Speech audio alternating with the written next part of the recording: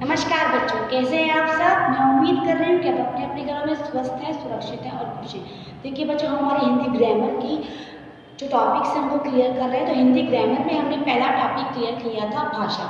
भाषा क्या है, भाषा क्या होती है, इसके साथ भाषा कितने प्रकार की होती है, भाषा के रूप, भाषा के बेस। इसके बाद हमने टॉपिक डिस्कस किया था व्याकरण। व्याकरण में हमने ये देखा था कि व्याकरण के 3 अंग होते हैं।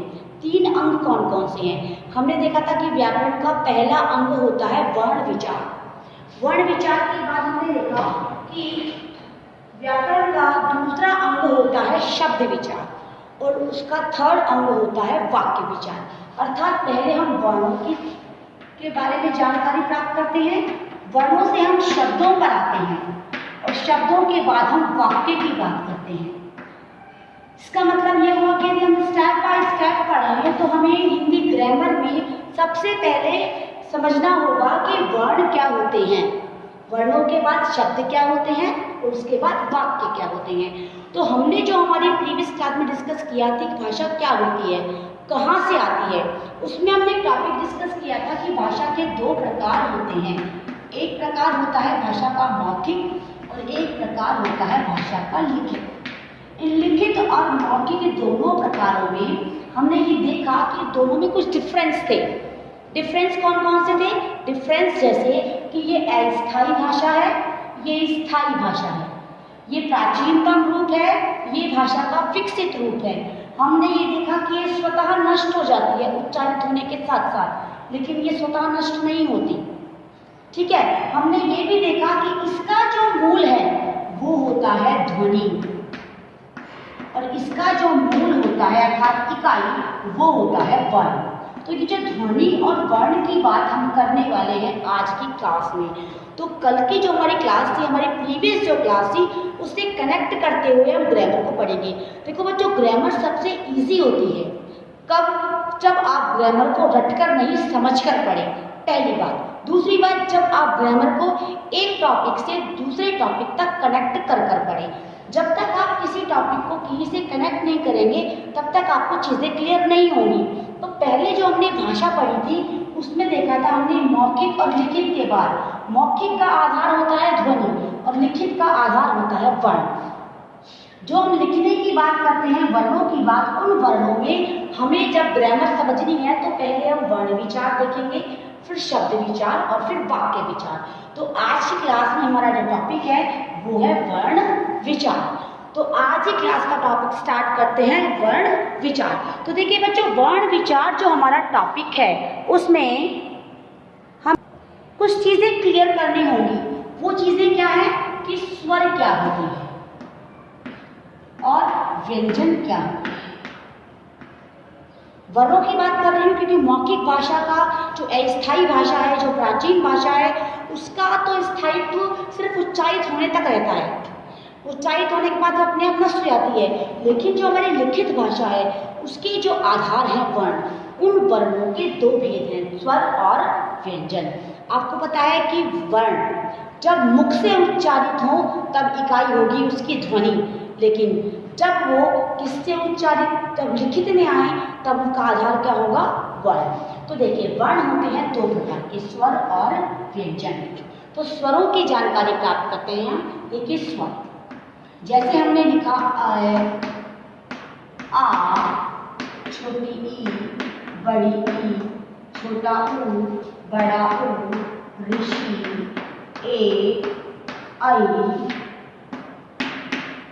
ओ, औ और अन और ऐ। ये जो 2 हैं इनकी बात हम करेंगे। स्वरों को कितने भागों में बांटा गया है, कैसे बांटा गया है और साथ ही साथ स्वरों को क्या क्या कहते हैं, ये डिस्कस करेंगे हम आज की क्लास में।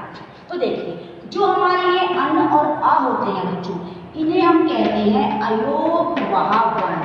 क्या कहते हैं, अयोगवाह वर्ण। अब देखिए, मैंने वर्ण लिखा है, वर्ण में स्वर और व्यंजन दोनों आते हैं। इसका सीधा सा मतलब ये हुआ कि ये जो 2 अयोगवाह वर्ण हैं ये ना स्वरों की श्रेणी में आते हैं ना ही व्यंजनों की श्रेणी में आते हैं। ये आते हैं अनुनासिक और अनुस्वार। इन्हें हम कहते हैं अनुनासिक और अनुस्वार। अनुस्वार को हम विसर्ग भी कह देते हैं। इस अन को बोलते हैं हम अनुनासिक और इस अ को बोलते हैं हम अनुस्वार। इस अनुस्वार को हम विसर्ग भी बोलते हैं। ये दोनों वर्ण हमारी जो वर्ण व्यवस्था है उसमें ऐसे हैं जो अयोगवाह वर्ण की श्रेणी में आते हैं। मान लीजिए आपसे एग्जाम में क्वेश्चन पूछा जाए कि अयोगवाह वर्ण कौन से होते हैं, तो आपको ये क्लियर होना चाहिए कि अयोगवाह वर्ण वो दो वर्ण होते हैं जिन्हें हम अनुनासिक और अनुस्वार दोनों कहते हैं। समझ आया? अनुनासिक और अनुस्वार।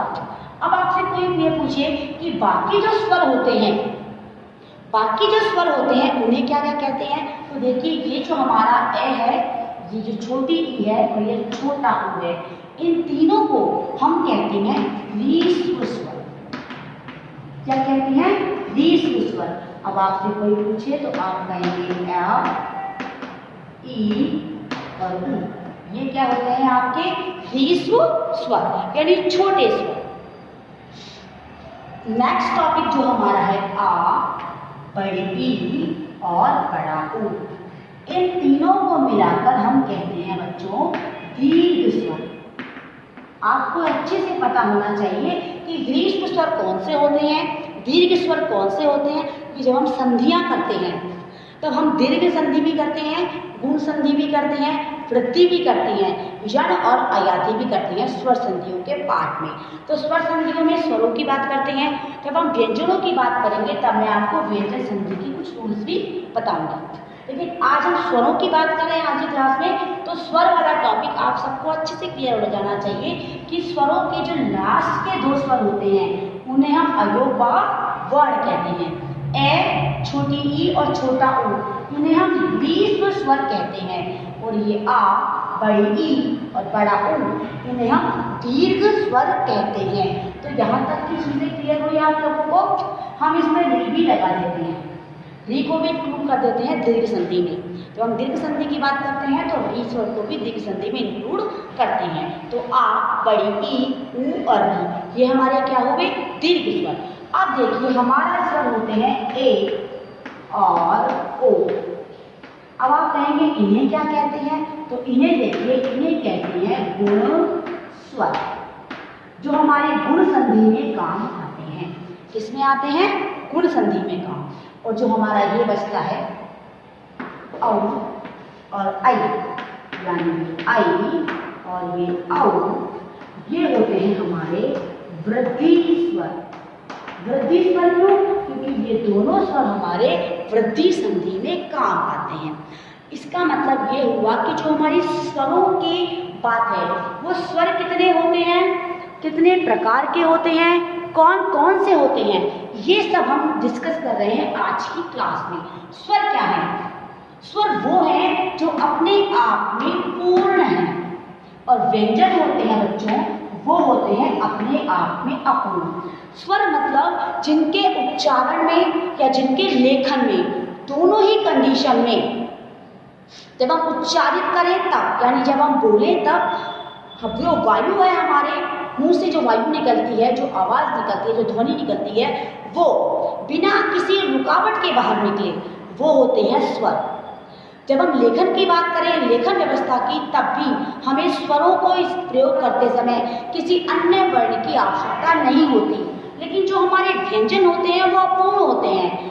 जब हम उनका प्रयोग करते हैं उच्चारित करते समय भी और लेखन व्यवस्था में भी, उच्चारित करेंगे तब भी हमारी जो जीवा है वो, उन्हें जो वायु है वो बाहर निकलते समय हमारे मुंह के किसी न किसी अंग को स्पर्श करती है। जो हमारे व्यंजन होते हैं उनके उच्चारित करते समय वायु में व्यवधान होता है, वायु में रुकावट पैदा होती है बाहर निकलते वक्त, तो व्यवधान होता है इसलिए अपूर्ण है। लेखन व्यवस्था में भी जब हम किसी व्यंजन का प्रयोग करते हैं तो बिना किसी स्वर की सहायता के सारे ही व्यंजन क्या होते हैं? हलंत होते हैं, पूर्ण नहीं होते हैं, अपूर्ण होते हैं।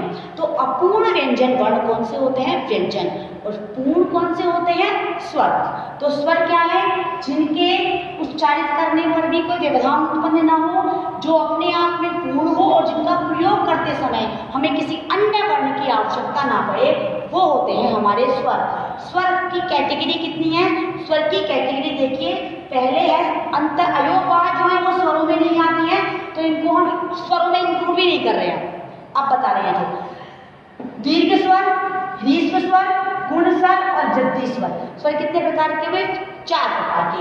अब स्वर की काउंटिंग कर लें, स्वर के होते कितने हैं? 1 2 3 4 5 6, ठीक है, 7 8 9 10, और ये हमारा री स्वर 11। तो स्वर कितने हुए हमारे पास? 11। 3 ह्रस्व, 3 दीर्घ, 3 और 3 6, 2 गुण और 2 वृद्धि, कितने हुए? 10, और एक री जो दीर्घ में ही आता है 11। तो स्वर की संख्या कितनी होती है बच्चों? 11। और ये बात समझ में, अयोगवाह वर्ण कौन से होते हैं? ये बात कर रहे हैं व्यंजन की, तो व्यंजन अपने आप में अपूर्ण होते हैं। सिर्फ व्यंजनों से हम किसी लेखन व्यवस्था में सिर्फ व्यंजन का प्रयोग नहीं कर सकते। इनका प्रयोग करते समय हमें किसी अन्य स्वर की आवश्यकता, किसी अन्य वर्ण की आवश्यकता होती है। और तीसरी बात, जब हम इसे मुख से उच्चारित करते हैं तो भी वायु रुकावट के साथ बाहर निकलती है, यानी वायु कहीं ना कहीं रुकती है, उसके बाद बाहर आती है। स्वरों में वायु कहीं भी नहीं रुकती है। तो स्वरों की बात समझ में आई। अपने आप में पूर्ण है, 4 प्रकार के हैं, ह्रस्व स्वर, दीर्घ स्वर, गुण स्वर और वृद्धि स्वर। संख्या कितनी है? 11। और ये जो 2 है अन्न और ए, इन्हें कहते हैं अनुनासिक और अनुस्वार, जो होते हैं अयोगवाह वर्ण। तो आज की क्लास में जो मैंने आपको वर्ण विचार का स्वर वाला टॉपिक क्लियर किया है, आई थिंक आप सबको समझ में आ गया होगा। तो आज की क्लास में बच्चों से आप डिस्कस करें। Thank you and have a nice day.